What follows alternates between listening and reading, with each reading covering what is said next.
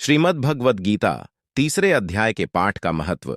श्री नारायण बोले, हे लक्ष्मी, एक महामूर्ख व्यक्ति अकेला ही एक वन में रहता था। गलत कार्यों से उसने बहुत सा धन इकट्ठा किया। किसी कारण से वह सब धन जाता रहा। अब वह व्यक्ति बहुत चिंतित रहने लगा। किसी से पूछता कि ऐसा उपाय बताओ जिससे पृथ्वी में गड़ा धन मुझे मिले। किसी से पूछता कोई उपाय बताओ जिसे लगाने से पृथ्वी में गड़ा धन दिखने लगे। तब किसी ने कहा, मांस मंदिरा खाया पिया कर तक वह खोटा कर्म करने लगा, चोरी करने लगा। एक दिन धन की लालसा कर चोरी करने गया। मार्ग में चोरों ने उसे मार दिया। तदनंतर उसने प्रेत की योनि पाई। उस प्रेत योनि में उसे बड़ा दुख हुआ।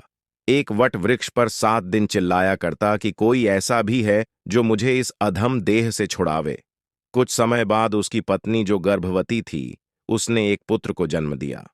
जब उसका पुत्र बड़ा हुआ तो एक दिन अपनी माता से उसने पूछा, मेरा पिता क्या व्यापार करता था और उनका देहांत किस प्रकार हुआ। तब उसकी माता ने बताया कि हे बेटा, तेरे पिता के पास बहुत धन था, वह सब यूं ही जाता रहा। वह धन के चले जाने से बहुत चिंतित रहने लगा। एक दिन धन की लालसा से चोरी करने गए, लेकिन मार्ग में चोरों ने उन्हें मार डाला। तब बेटे ने कहा, हे माता, उनकी गति कराई थी?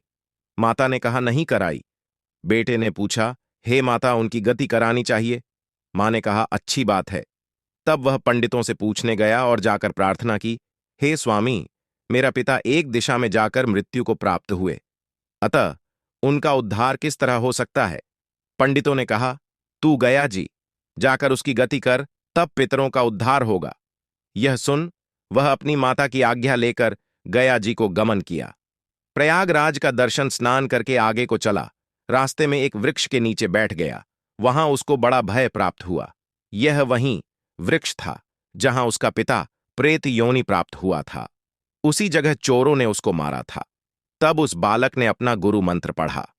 उसका एक और नियम था, वह एक अध्याय श्री गीता जी का पाठ नित्य किया करता था। उस दिन उसने श्री गीता जी के तीसरे अध्याय का पाठ उस वृक्ष के नीचे बैठकर किया, जिसे उसके पिता ने प्रेत की योनि में सुना तो सुनते ही उसकी प्रेत योनि छूट गई और उसका शरीर देवताओं के समान हो गया।